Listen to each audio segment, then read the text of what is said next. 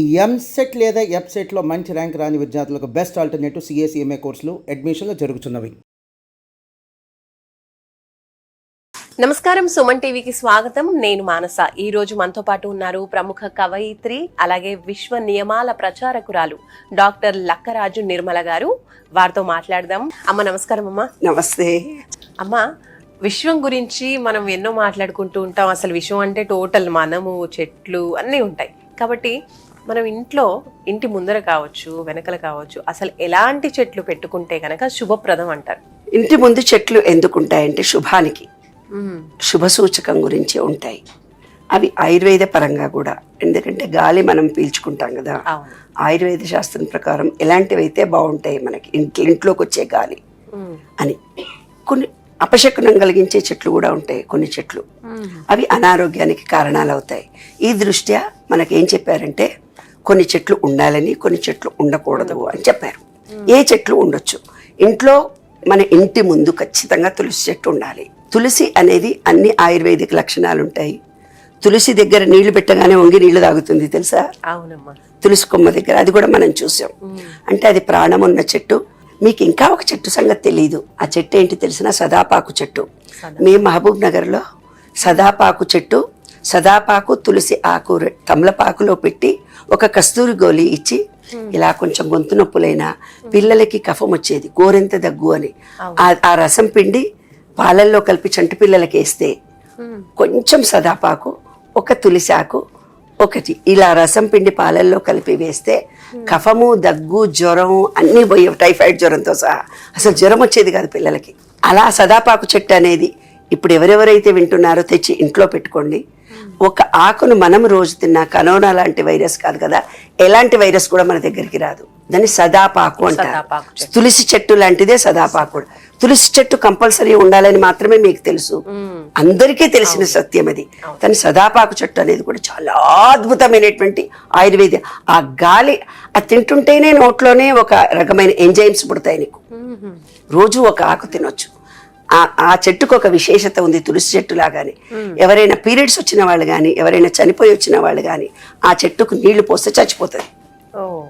అంటే negative energy ఉన్నవాళ్ళు ఎవరు నీళ్లు పోసినా ఆ చెట్టు చచ్చిపోతుంది. తులసి చెట్టు లాగానే సేమ్ అటిట్యూడ్ ఉంటుంది దానికి. కాబట్టి అందరూ ఈ రెండు చెట్లు ఇంట్లో ఉండొచ్చు. వేప చెట్టు మన ఇంటి ముందు ఉండొచ్చు, ఇంట్లో వెనక కూడా ఉండొచ్చు. వేప నుంచి వచ్చేది చాలా మన మూలాధార చక్రము. ఉగాది రోజు నాడు ఉగాది పచ్చడిలో వేప పువ్వు వేస్తాం. అది మన మూలాధార చక్రాన్ని ప్యూరిఫై చేస్తుంది.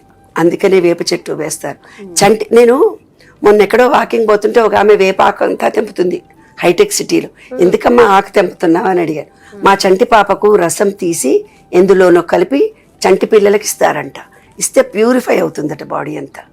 వేపాకును చంటి పిల్లలు లేత ఆకును తింటే, వేపాకు తింటే షుగర్ పోతుందని ఇప్పుడు అందరు తింటున్నారు, అది అందరికి తెలిసిన విషయం.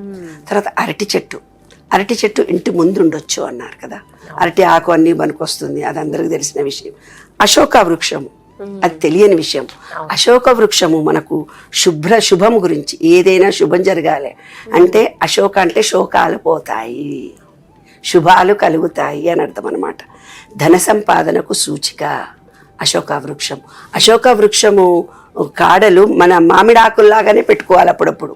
ఇంట్లో ఏదైనా దుఃఖం కలిగిందనుకో, దుఃఖం తీసేస్తుంది, అది శుభ సూచకం. ఈ మామిడి ఆకుల్లాగానే, మామిడి ఆకు అంటే ఆక్సిజన్ ఎక్కిస్తుంది, ఇదేం చేస్తుంది అంటే ధనాన్ని ఇస్తుంది. తెలియదు చాలా మందికి. కానీ అశోక లీవ్స్ ని కూడా మనం ఇంటి ముందు పెట్టుకోవచ్చు. చెట్టు కూడా చాలా మంచిది, ముందు పెట్టుకుంటారు కానీ ఇది సంపద వృద్ధి చేస్తుంది, కానీ ఇంట్లో పెట్టుకునే చెట్టు కాదు ఇది. ఇంటి ముందు ఉంటుంది. సంపాదన కావాలి అనుకునే వాళ్ళు అశోక చెట్టు ఇంటి ముందు పెట్టుకుంటారు. మర్రి చెట్టు, మర్రి చెట్టు అనేది దూరంగా ఉండాలి. ఇది మన ఇండ్లల్లో ఉండే చెట్టు కాదు. మర్రి చెట్టు, రావి చెట్టు లాంటివి గుళ్ళల్లో ఉండాలి తప్ప మన ఇళ్లలో ఉండడానికి లేదు. ఆధ్యాత్మికం పెంపొందింపజేస్తుంది మర్రి చెట్టు, ఆలయాల దగ్గర ఉంటుంది. రావి చెట్టు, వేప చెట్టు రెండు ఉంటే, రావి చెట్టు అనేది నారాయణుడు, వేప చెట్టు అనేది లక్ష్మి అంటే అమ్మవారి చెట్టు అంటారు కదా. అవి రెండు కలిపితే లక్ష్మీ నారాయణుడు అంటే ఈ విశ్వము.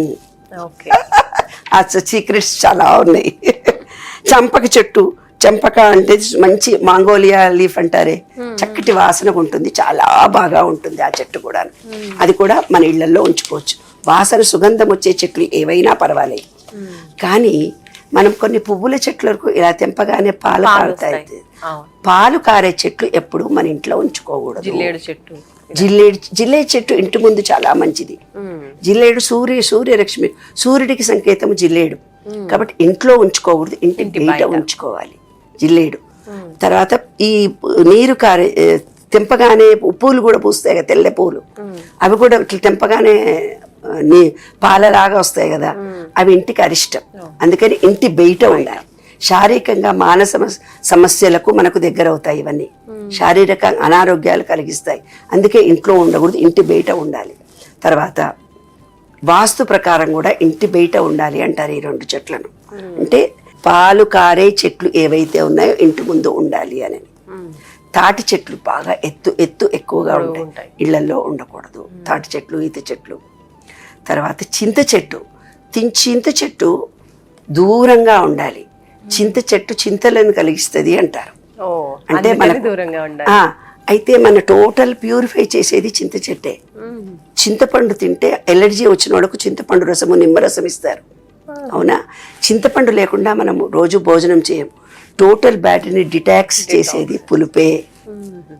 ఇప్పుడు ఏం చేస్తున్నారు, చింతపండు వద్దు టమాటాలు వాడండి అంటున్నారు. అది కూడా పులుపే ఉంది కాబట్టి అదొక వ్యాపార ధోరణి. కానీ తప్పనిసరిగా చింతపండు తినాలి.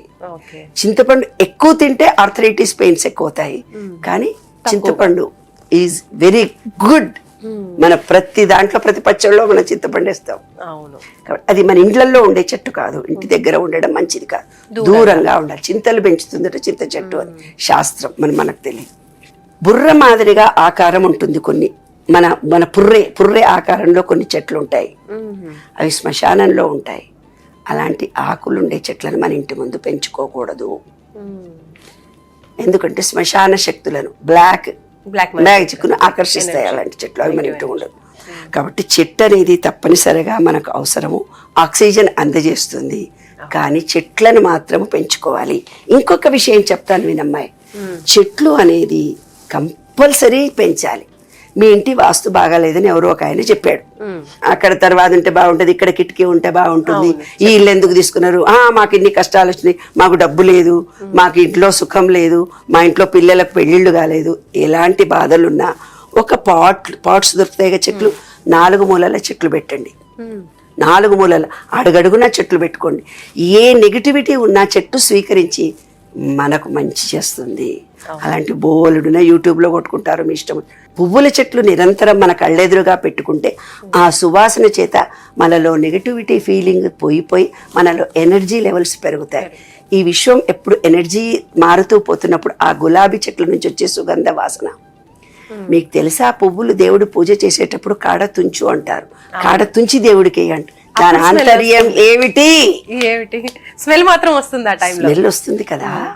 ఏదైతే కాడ తుంచి వేస్తే స్మెల్ వచ్చి దేవుడికి వేస్తుంటే వాసన వచ్చింది, అలా కఠినమైన మాటలు ఎదుటి గొంతుకు సంబంధించిన ఈ విశుద్ధి చక్రానికి సంబంధించినటువంటిది పువ్వు కాడ తుంచి ఎలా దేవుడికి వేసావో కఠినమైన మాటలు నువ్వు మాట్లాడకు, ప్రేమగా మాట్లాడనేది దాని ఆంతర్యము.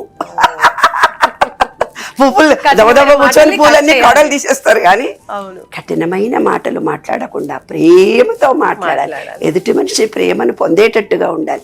క్రిటిసైజ్ చేయకూడదు, ఎదుటి మనిషిని అవమానించి మాట్లాడకూడదు అని దాని రహస్యం. కాబట్టి పువ్వులలో రహస్యాలు ఉన్నాయి, చెట్టులలో రహస్యాలు ఉన్నాయి. కాబట్టి ఏ చెట్టునన్నా పెంచుకోండి, హ్యాపీగా ఎంజాయ్ చేయండి. ఏ చెట్టునన్నా అంటే చిన్న చెట్లే వస్తున్నాయి ఇప్పుడు కాబట్టి, మన ఇల్లు కూడా చిన్నవి ఇప్పుడు కాబట్టి హ్యాపీ అండ్ ఎంజాయ్.